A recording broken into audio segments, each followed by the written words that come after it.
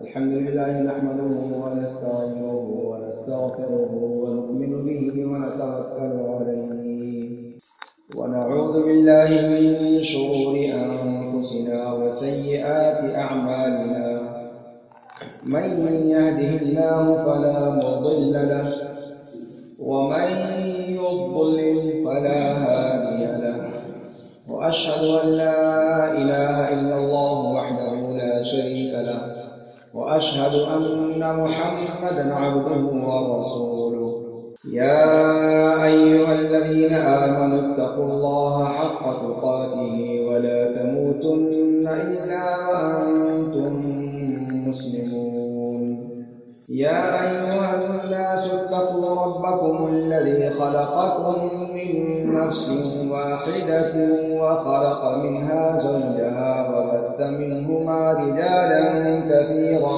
ونساء واتقوا الله الذي تساءلون به والأرحام إن الله كان عليكم رقيبا يا أيها الذين آمنوا اتقوا الله وقولوا قولا سديدا يصلح لكم أعمالكم ويغفر لكم ذنوبكم ومن يطع الله ورسوله فقد فاز فوزا عظيما أما بعد فإن خير الحديث كتاب الله وأحسن الهدي هدي محمد صلى الله عليه وسلم وشر الأمور محدثاتها وكل محدثة بدعة وكل بدعة ضلالة وكل ضلالة في النار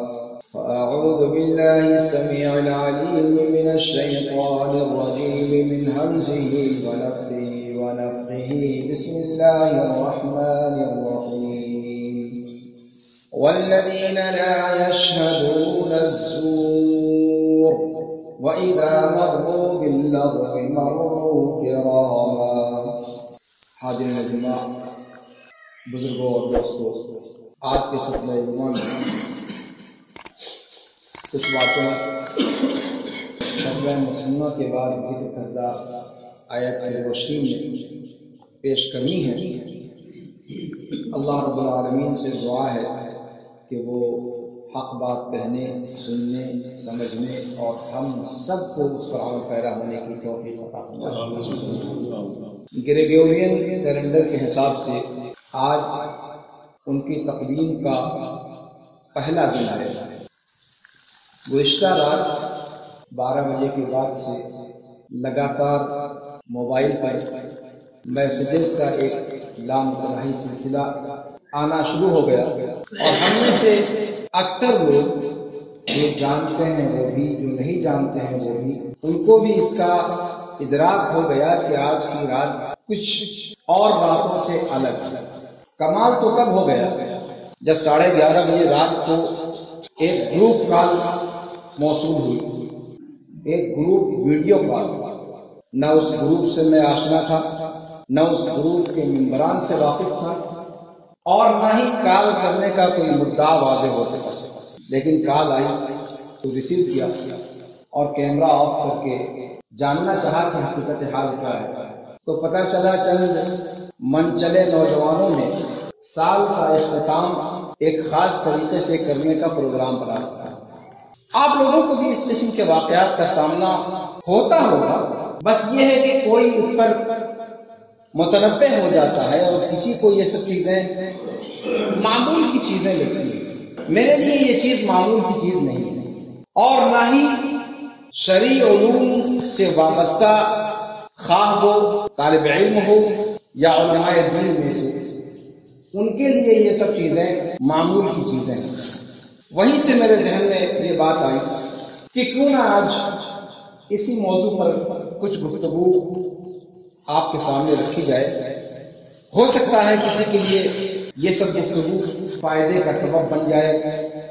ایسا نہ ہو کہ ہم میں سے بعض لوگ اس کی حقیقت ان پر آشکار نہ ہو اور نادانی میں وہ کچھ ایسی چیزوں کا شکار ہو جائیں جو شرعی ناحیے سے مناسب اور درست نہیں ہے۔ ہم سب جانتے ہیں کہ آج 2021 عیسوی کیلنڈر کے حساب سے سال کا پہلا دن ہے۔ میں اپنے گفتگو کو چند حصوں میں تقسیم کروں گا۔ پہلی بات تو یہ کہ کیا سال کا گزرنا اور نئے سال کا آنا اس کے اندر کوئی خوشی کا پیغام ہے واقعتاً، چاہے وہ عیسوی سال ہو یا پھر ہجری سال۔ اپنے آپ میں پہلا یہ سوال بنتا ہے یا نہیں بنتا ہے، ہم اور آپ اپنی عقل سے سوچیں۔ اس سے قطع نظر کہ عیسوی سال کا معاملہ ہے یا بکرمی سنبت کا معاملہ ہے یا ہجری سال کا معاملہ ہے، کوئی بھی کیلنڈر ہے، سوال یہ ہے کہ کیا کسی پرانے سال کا ختم ہونا اور نئے سال کا آنا، کیا یہ خوشی منانے کی جگہوں میں سے کوئی جگہ ہے؟ عقل سے آپ فیصلہ کریں یا نقل سے فیصلہ کریں۔ قرآن و سنت کی روشنی میں اگر آپ دیکھیں، کیا اللہ کے رسول جناب محمد رسول اللہ صلی اللہ علیہ وسلم نے، جنہوں نے 13 سال نبوت کے بعد مکہ معظمہ میں وقت گزارا اور 10 سال مدینہ طیبہ کے اندر وقت گزارا، میں جو بھی اپنی گفتگو کروں گا سائنٹیفک طور پر کروں گا، لاجیکلی، تاکہ ہم جذبات کے دریا میں نہ بنیں اور نہ ہی فی الفور یہ کہیں کہ مولوی تنگ نظری کا تانا دینے سے پہلے آئیے ہم اور آپ مل کر غور کرتے ہیں ذرا سا۔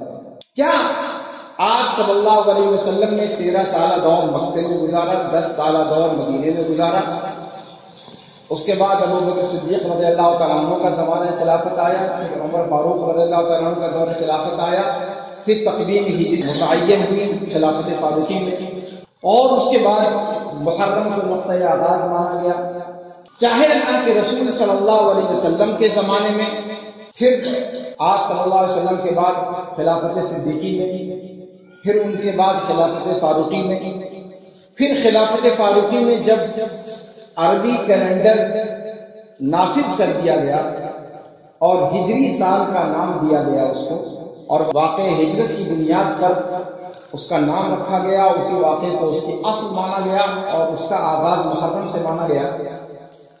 اس کے بعد پھر خلافت عثمانی، پھر خلافت علی بن ابی طالب رضی اللہ عنہ وارضاہ اجمعین، ان سب لوگوں کا دور آیا۔ کسی بھی فترے میں کبھی آپ نے سنا کہ ان لوگوں نے پرانے سال کے گزرنے پر یا نئے سال کی آمد پر کسی قسم کا کوئی اہتمام کیا ہو؟ میرے علم کی حد تک تو ایسا کوئی بھی ثبوت نہیں ملتا۔ اگر آپ کو معلوم ہو تو خطبے کے بعد ذرا بتائیے گا مجھ کو، میرے علم میں اضافہ ہوگا۔ لاجک کی بات میں کر رہا ہوں، قرآن و سنت کی نصوص کو دیکھنے سے، آپ صلی اللہ علیہ وسلم کی زندگی کو دیکھنے سے اندازہ یہ لگتا ہے کہ ہر گزرنے والا وقت ہمارے لیے ماتم کٹا ہے، ماتم کرنے کا وقت ہے، اس لیے کہ ہماری زندگی کا اتنا وقت اس نے چرا لیا، ہماری عمر کا اتنا حصہ کم کر دیا۔ اور قرآن کریم کے اندر جب ہم نظر ڈالتے ہیں تو قرآن کریم اس پہلو سے ہمیں بار بار کچوکے لگاتا ہے، سال میں ایک مرتبہ نہیں، بار بار۔ سورج نکلنے سے پہلے قرآن کہتا ہے والفجر، قسم ہے فجر کے وقت کی۔ قرآن قسم کھا رہا ہے دن کے آغاز سے پہلے کے وقت کی۔ قرآن قسم کھاتا ہے سورج نکلنے کے بعد جب سوا نیزے یا 1.5 نیزے بلند ہو جاتا ہے اس وقت کی۔ والضحیٰ، قرآن قسم کھاتا ہے عصر کے وقت کی، جب سورج ڈھلنے پر لگتا ہے اور دن اپنی موت کے قریب پہنچنے لگتا ہے۔ والعصر، قسم ہے عصر کی نماز کے وقت، عصر کے وقت کی قسم ہے۔ قرآن قسم کھاتا ہے لیل و نہار کی، واللیل اذا یغشی والنہار اذا تجلی، قسم ہے رات کی جب وہ چھا جائے اور قسم ہے دن کی جب وہ روشن ہو جائے۔ قرآن قسم کھاتا ہے شمس و قمر کی، جو دنوں اور راتوں کی علامتیں ہیں، والشمس وضحاها والقمر اذا تلاها۔ قرآن ان سب اوقات کی قسم کھاتا ہے، یہ چیز ہمیں ملتی ہے۔ اور قرآن یہ قسمیں کیوں کھا رہا ہے؟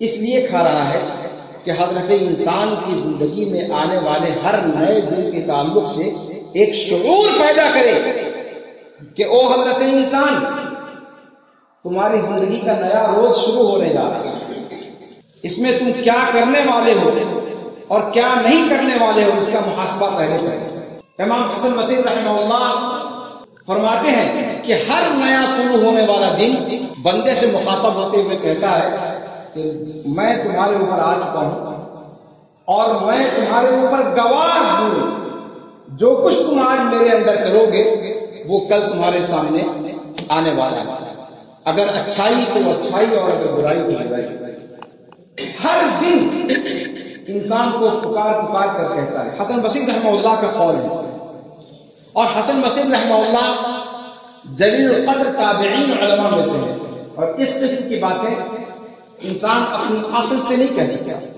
ہمیں اس چیز کا سراغ لگتا ہے کہ جب ایک کافر کو موت کا وقت آئے گا تو وہ کہے گا رب ارجعون، اے اللہ مجھے لوٹا دے، مجھے تھوڑی دیر کے لیے لوٹا دے، لعلی اعمل صالحا فیما ترکت، کس لیے لوٹا دے؟ اپنے بال بچوں میں رہ لوں، اپنی بیویوں سے تھوڑا سا خرمستیاں کر لوں، سماج میں تھوڑی سی سیاست کر لوں، کچھ اپنے بازار اور چمکا لوں، لیڈری کی دکان دو چار جگہ اور لگا لوں، لعلی اعمل صالحا فیما ترکت، یہ سب کچھ نہیں یاد آئے گا۔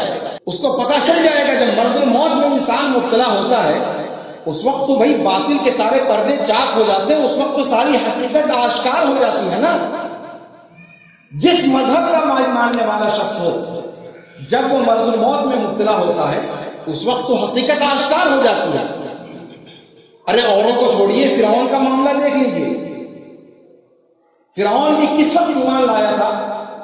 جب موت اس کے سامنے آ چکی تھی، اور اسی لیے قرآن نے وہاں پر کیا کہا ہے فرعون کو؟ جب فرعون نے کہا کہ اے اللہ میں رب العالمین پر ایمان لاتا ہوں جو موسیٰ اور ہارون کا رب ہے، اللہ نے کہا تھا الآن وقد عصیت قبل وکنت من المفسدین، کم بخت مارے اب ہوش آ رہا ہے، اس سے پہلے تو نافرمانیوں پہ نافرمانیاں کرتے رہے اور فسادیوں میں سے تھے کم بخت مارے۔ تو احتضار کی کیفیت میں اس وقت ساری ناری داری سب مر چکی ہے، اس وقت سوائے حقیقت کے اور کوئی چیز سامنے نہیں ہوتی۔ تو اس کافر کے موت کے وقت بھی جب موت اس پر طاری ہونے لگے گی، فرشتے اس کی روح قبض کرنے کے لیے اس کے سرہانے موجود ہوں گے، تو کیا کہے گا؟ رب ارجعون، اے میرے رب مجھے تھوڑی سی مہلت دے کر دنیا کی طرف لوٹا دے۔ قرآن نے خود آگے ذکر کیا، اس کا ابھی قول مکمل نہیں ہوا ہے، ابھی اس کی بات مکمل نہیں ہوئی ہے۔ کیا کہا قرآن نے؟ لعلی اعمل صالحا فیما ترکت، میں پیچھے جو قصور کر کے آیا ہوں، جو چھوڑ کر کے آیا ہوں فرصت، جو موقع گوا کر آیا ہوں، اب دوبارہ لوٹ کر کچھ نیک کام کروں، کچھ پوڑیاں کما لوں، لعلی اعمل صالحا فیما ترکت۔ اس وقت نیک کام کرنے کی اس کو خواہش ہوگی، اور نیک کام کرنے کے لیے وہ کچھ دنوں کی مہلت طلب کرے گا۔ ایک موقع یہ، دوسرا موقع قرآن کریم کے اندر ہمیں ملتا ہے قیامت۔ قرآن کو پڑھیے، قرآن کو پڑھیے۔ ہماری مصیبت یہ ہے کہ ہم لوگوں نے اپنے قرآن کریم سے جو ہمارا تعلق ہونا چاہیے تھا، ہم نے اس چیز کو توڑ لیا ہے۔ اگر وہ چیز، وہ رشتہ ہمارا استوار رہتا تو پھر ہمیں اتنی سمجھانے کی ضرورت ہی نہیں پڑتی۔ قرآن کریم تو خود ہی ہر خرد و کلا کی ہدایت کے لیے کافی ہے، وہ صرف عقل مندوں کے لیے نہیں آیا، وہ ساری انسانیت کے لیے آیا ہے۔ اب اپنی اپنی عقل کے مطابق سب اس سے مستفید ہوتے ہیں۔ دوسری جگہ قرآن کریم نے قیامت کا منظر کھینچا ہے، وہاں پر ایک کافر کیا کہے گا؟ وَلَوْ تَرَىٰ إِذْ وُقِفُوا عَلَى النَّارِ، اللہ رب العالمین نے اس کا نقشہ کھینچا قرآن کریم کے اندر۔ وَلَوْ تَرَىٰ إِذْ وُقِفُوا عَلَى النَّارِ فَقَالُوا يَا لَيْتَنَا نُرَدُّ وَلَا نُكَذِّبَ بِآيَاتِ رَبِّنَا وَنَكُونَ مِنَ الْمُؤْمِنِينَ۔ کاش آپ دیکھتے ان کفار کو جب وہ ٹھہرائے جائیں گے جہنم میں جھونکنے کے لیے، جب جہنم کے دہانے پر لا کر ان کو رکھا جائے گا، اس وقت ان کی زبان سے نکلے گا یا لیتنا نرد، کاش کاش۔ اور کیا کاش ایسے موقع پر فائدہ پہنچائے گا؟ کاش یا لیتنا نرد، کاش ہم لوٹا دیے جائیں۔ اور لوٹائے جانے کے بعد کیا کریں گے؟ ہم اپنی ناتمام حسرتوں کی تکمیل کریں گے، 2-4 شادیاں کریں گے، 2-4 کھیت اور جائیدادیں بنائیں گے؟ نہیں۔ وَلَا نُكَذِّبَ بِآيَاتِ رَبِّنَا، اپنے رب کی آیات کو ہم نہیں جھٹلائیں گے، اب نہیں جھٹلائیں گے، اب نہیں جھٹلائیں گے۔ وَنَكُونَ مِنَ الْمُؤْمِنِينَ، اور ہم پکے سچے قابل تقلید مومنین میں سے ہو جائے۔ یہ دوسرا موقع کو قرآن کریم نے ذکر کیا۔ یہ سب مواقف قرآن کریم کے اندر ہمیں نظر آتے ہیں، اور اس کے اندر عبرت اور نصیحت کے پہلو ہیں۔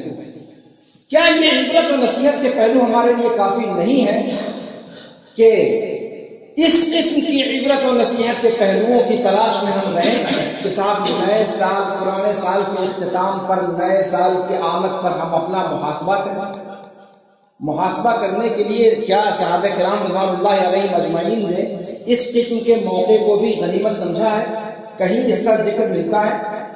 چاہے تہوار کے نام پر ہو، چاہے محاسبہ نفس کے نام پر ہو، کسی بھی نام پر، کسی بھی دلیل سے اس طرح کے موقعوں پر کسی قسم کے تہوار یا کسی قسم کی عید یا کسی قسم کی خوشی منانے کی کوئی گنجائش نہیں، سرے منہ کسی قسم کی کوئی گنجائش اس کے اندر نہیں۔ یہ تو علی الاطلاق میں نے یہ بات کہی۔ اب آئیے ذرا دیکھتے ہیں کہ یہ کیلنڈر، عیسوی کیلنڈر کے حساب سے جو یہ سال منایا جاتا ہے 1 جنوری نئے سال کیا ہو، اس کی تاریخ کیا ہے؟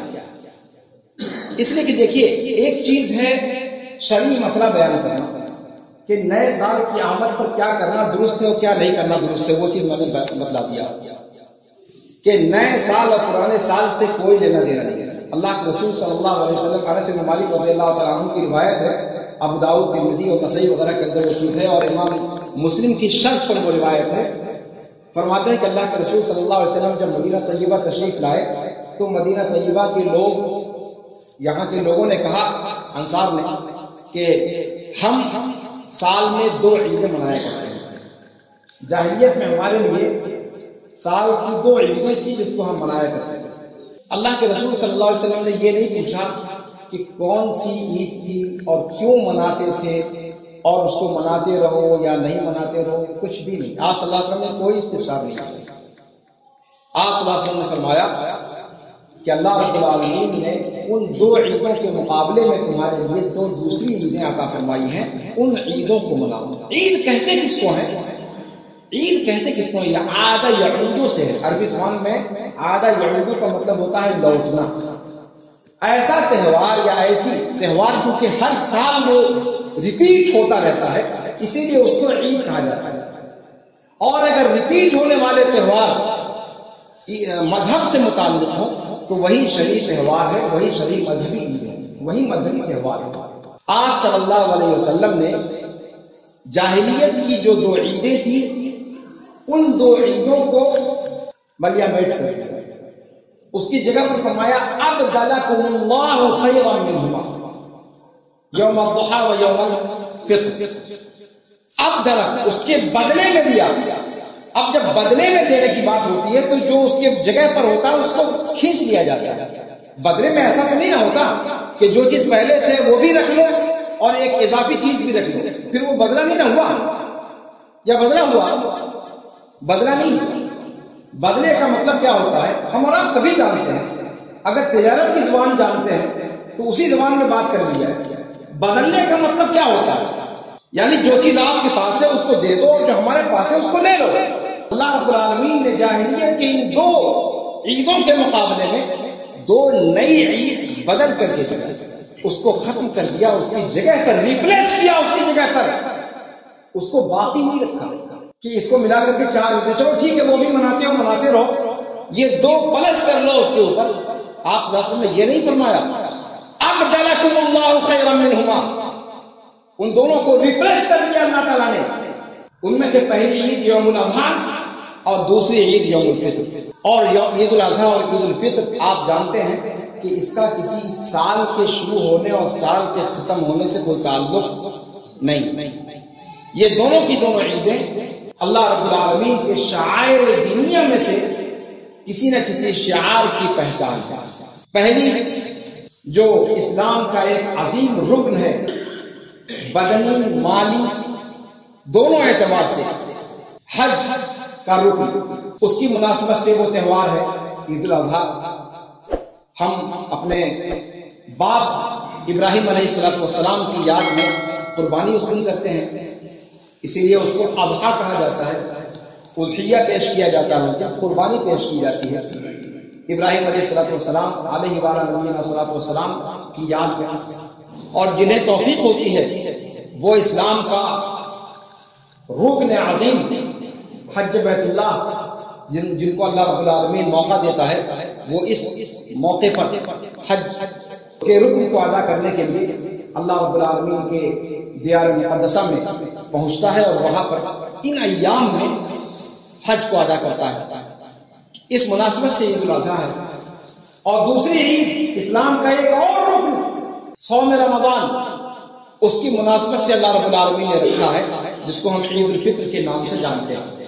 تو یہ 2 عیدیں اللہ رب العالمین نے رکھی ہیں۔ اس کے علاوہ اسلامی شریعت کے اندر کوئی عید کے نام پر کوئی تیسرا تہوار موجود نہیں۔ ہم اور آپ، ہماری مصیبت کیا ہے؟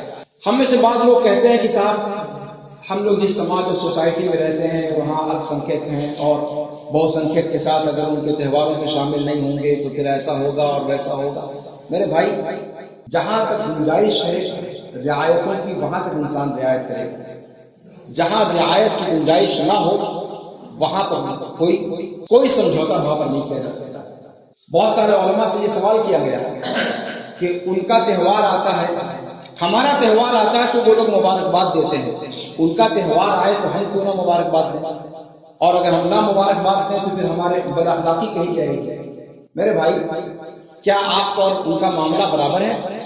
آپ اور ان کا معاملہ برابر ہے؟ انصاف کے ساتھ بتائیں۔ آپ توحید پرست ہیں، آپ اللہ رب العالمین کے بارے میں وحدانیت کا عقیدہ رکھتے ہیں، آپ اللہ رب العالمین کے تنہا معبود ہونے کا عقیدہ رکھتے ہیں۔ دنیا کی کوئی قوم علی الاطلاق کی زمین پر نہیں ہے جو آپ کے ساتھ اس عقیدے میں موحد ہو، آپ کے ساتھ اس عقیدے میں مشترک ہو۔ پھر کس بنیاد پر کیا آپ توحید کا اعتقاد رکھنے کے ساتھ ساتھ شرک کے عقیدے پر مبارکباد دینا چاہتے ہیں؟ عمر بن خطاب رضی اللہ تعالیٰ عنہ نے واضح طور پر کہا تھا، ان کے زمانے میں فتوحات کا دائرہ بڑھ چکا تھا، آپ جانتے ہیں۔ آپ عمر بن خطاب رضی اللہ تعالیٰ عنہ نے سارے مسلمانوں کو ہدایت کی تھی کہ غیر مسلموں کے تہوار کے دن ان کی عبادت گاہوں میں نہ جایا جائے، اور وجہ کیا بتلائی کہ اس دن اللہ رب العالمین اپنے جلال میں ہوتا ہے، اور اللہ رب العالمین اس دن غیظ و غضب کا نزول فرما رہا ہوتا ہے، انزال فرما رہا ہوتا ہے ان کی عبادت گاہوں کے اندر، اس لیے ان کی عبادت گاہوں میں جانے تک سے روک دیا۔ دیکھیے گا، غور کیجیے گا، جانے سے بھی روک دیا۔ یہ نہیں کیا ان کے عبادت گاہوں میں جا کر کے جس طرح سے وہ کرتے ہیں اس طرح آپ کر رہے ہیں یا نہیں کر رہے ہیں، وہ ایک الگ قضیہ ہے، وہ تو اور سوا ہے اس کے اوپر۔ صرف ان کے درمیان اپنا چہرہ دکھانا، بھائی آپ یہ کہہ سکتے ہیں ہم کچھ کریں گے نہیں، لیکن چلے جاتے ہیں تھوڑا سیاست کے نام پر، اپنا چہرہ دکھانا ان کے درمیان، اس سے عمر بن خطاب رضی اللہ تعالیٰ عنہ چل جائے کہ ان کے طقوس کو انجام دیا۔ اور پھر یہ سال کے شروع کا جو آج موقع ہے، کیا ہم نے اس پر غور کیا کہ یہ ہے کیا چیز؟ سال کے ختم اور شروع ہونے پر تہواروں کا سلسلہ قدیم زمانے سے، یعنی کئی صدی قبل مسیح سے اس کا سلسلہ چلا آ رہا ہے۔ بابلی تہذیب کے اندر بھی اس کا سراغ لگتا ہے۔ بعض علاقوں میں 25 مارچ کو یہ تہوار منایا جاتا تھا، بعض علاقوں میں 25 دسمبر کو منایا جاتا تھا، اور بعض جو بنیادی طور پر مسیح علیہ السلام کی ولادت کے بعد عیسائی فرقوں میں 1 جنوری اور 25 دسمبر کو یہ تہوار منایا جانا شروع ہوا۔ ابھی ایک ہفتہ پہلے کرسمس کا تہوار گزرا ہے جو آپ اور ہم سبھی جانتے ہیں۔ اس میں کرسمس کی وجہ سے اس کا تہوار منایا جاتا ہے، جس میں الگ الگ قسم کی جو ان کی مذہبی تہوار ہیں یا مذہبی رسوم و رواج ہیں اس کو وہ مناتے ہیں۔ اور عیسائیوں کے دونوں فرقے، پروٹسٹنٹ یا پھر کیتھولک چرچ، دونوں کے ماننے والے اس مناسبت سے اپنے اپنی عبادت گاہوں میں خاص قسم کے رسوم و رواج اور خاص قسم کی عبادتیں انجام دیتے ہیں۔ 1 جنوری کے حوالے سے اگر آپ تاریخ کے وقت گردانی کریں تو آپ کو معلوم ہوگا کہ اس میں عیسائی فرقے جن کی یہ اصل عید ہے ان کے یہاں بھی وہ لوگ متفق نہیں ہیں۔ ان میں سے بعض یہ کہتے ہیں کہ 1 جنوری عیسیٰ علیہ السلام کے ختنے کا دن ہے، اس لیے اس کو منایا جاتا ہے۔ 25 دسمبر کو ان کی ولادت مانتے ہیں، اور یہ 8واں دن پڑتا ہے۔ 25، 26، 27، 28، 29، 30، 31 اور یہ 1 8واں دن یہ ان کا عقیقہ کا دن مانتے ہیں۔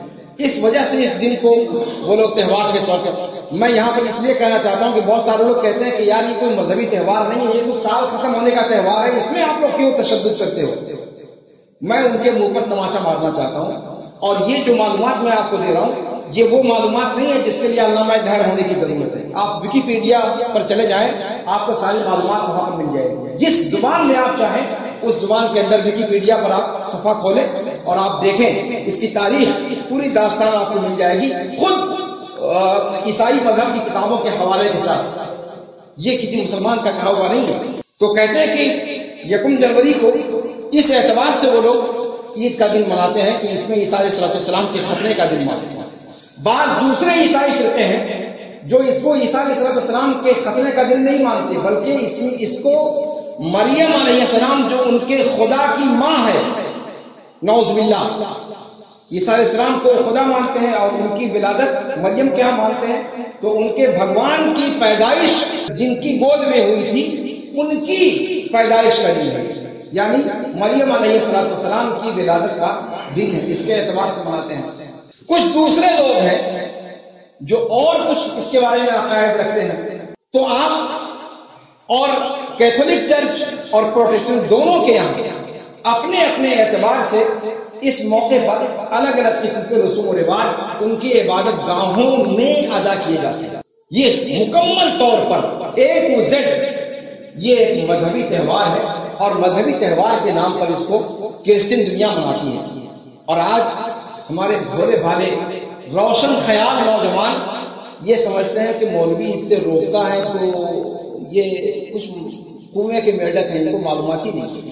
میرے بھائیوں، مولوی فتویٰ بازی سے کام نہیں لیتا، مولوی وہی کہتا ہے جو شریعت اس کو بتلاتی ہے، اور ہر مولوی کی بات درست بھی نہیں ہوتی، لیکن جو باتیں قرآن و سنت کی روشنی میں کہی جائے ان کا کھلواڑ اور ان کا مذاق اڑانا یہ ایک خطرناک علامت ہے، اور اس سے ہمیں بہرحال احتراز کرنا چاہیے۔ تو یہ تہوار یا اس مناسبت سے منایا جانے والا تہوار کسی بھی اعتبار سے اس میں شرکت کرنا، اس کو پارٹیسپیٹ کرنا اور اس میں شامل ہونا کسی بھی نام پر، چاہے تجارتی منافع ہو یا اپنے تجارتی خسارے ہو، کیا آپ اپنے دین کو بیچ کر کے اپنی تجارت کی دکان کو چمکائیں گے؟ کیا آپ اپنے عقیدے کی بنیاد پر آپ اپنے دنیاوی تعلقات کو فروغ دیں گے؟ کیا آپ اپنے عقیدے کی بنیاد پر اپنی سیاست کی دکان چمکائیں گے؟ آپ کا عقیدہ، آپ کا سب سے قیمتی متاع آپ کا عقیدہ ہے، ہمارا سب سے قیمتی سامان ہمارا عقیدہ ہے، کیا ہم اس کو دنیاوی منفعت کی خاطر اس طریقے سے سرے بازار نیلام کرنے کے لیے تیار ہیں؟ قرآن کریم کی آیت جس کو میں نے خطبے میں پڑھا تھا، اس میں اللہ رب العالمین فرماتا ہے وَالَّذِينَ لَا يَشْهَدُونَ الزُّورَ، مومنین کے اوصاف کو قرآن کریم میں ذکر کیا ہے سورہ فرقان کے اندر بہت ساری آیات ذکر کی ہیں. ان میں سے ایک وصف یہ ذکر کیا ہے کہ والذین لا یشهدون الزور، والذین لا یشهدون الزور، وہ لوگ جو زور میں حاضر نہیں ہوتے.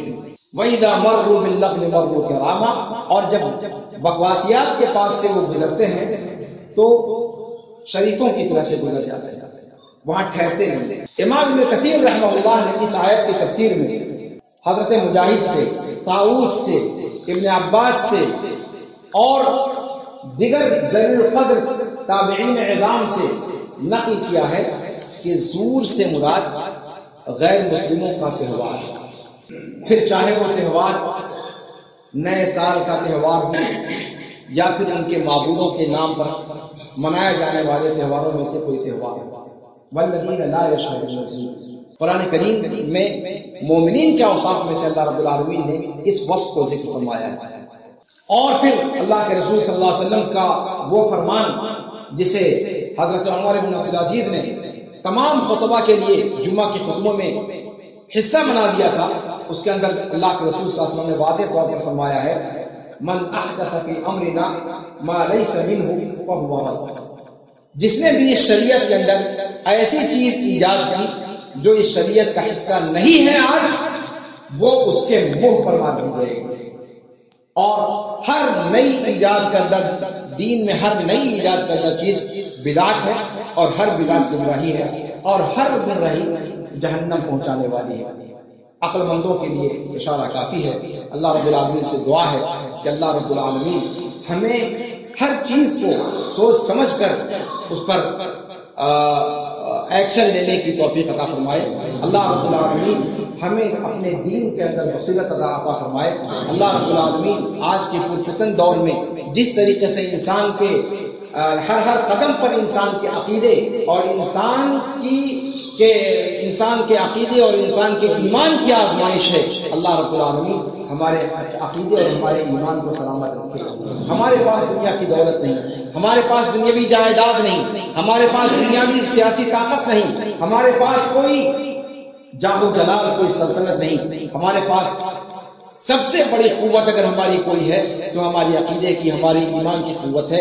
اور آج دنیا اس پر ڈاکہ ڈالنے کی کوشش میں سرگردہ ہے. اللہ رب العالمین اس قیمتی خزانے کو ہمارے نوجوانوں کے ہاں، ہمارے بوڑھوں کے ہاں، ہماری عورتوں اور بچوں کے ہاں اللہ رب العالمین اس خزانے کی حفاظت فرمائے.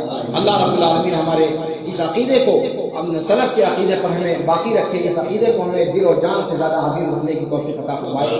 اللہ رب العالمین ہم میں سے جو بیمار ہیں انہیں شفاء کامل و عاجل عطا فرمائے. ہم میں سے جو لوگ دائمی بیماری میں مبتلا ہیں اللہ رب العالمین ان کی بیماری کو درجات کا سبب بنا دے. اللہ رب العالمین ہم میں سے جو لوگ اس بیماری جو اس وقت پوری دنیا میں پوری دنیا کو اپنے لپیٹ میں لیے ہوئی ہیں وبائی بیماریاں، اللہ رب العالمین ان بیماریوں میں مر جانے والوں کو اللہ رب العالمین شہیدوں کا درجہ نصیب فرمائے. اللہ رب العالمین جو اس وقت اس بیماری میں مبتلا ہیں اللہ رب العالمین انہیں اس بیماری سے نکال دے. اللہ رب العالمین پوری دنیا میں جہاں جہاں بھی مسلمان مصائب و آلام کا شکار ہیں اللہ رب العالمین ان کی مصیبتوں کو دور کر دے. اللہ رب العالمین اپنے دین کا بول بالا کر دے. اللہ رب العالمین اہل توحید کے کلمے کو بلند فرمائے. اللہ رب العالمین اہل باطل دھول چٹا دے. اللہ رب العالمین پوری دنیا کے اندر جہاں بھی اسلام اور اہل اسلام کے تعلق سے سازشیں کی جا رہی ہیں، مکر کیے جا رہے ہیں اور مکاریوں کے تانے بانے بنے جا رہے ہیں، اے بار الہ دشمنوں کی سازشوں کو ان دشمنوں پر تو پلٹ دے، خود ان کو ان کی تدبیر کے گھیرے میں لے لے. اے بار الہ تو اس چیز پر قادر ہے. اقول قولی ھذا واستغفر اللہ لی ولکم ولسائر المسلمین فاستغفروہ من کل ذنب انہ هو الغفور الرحیم.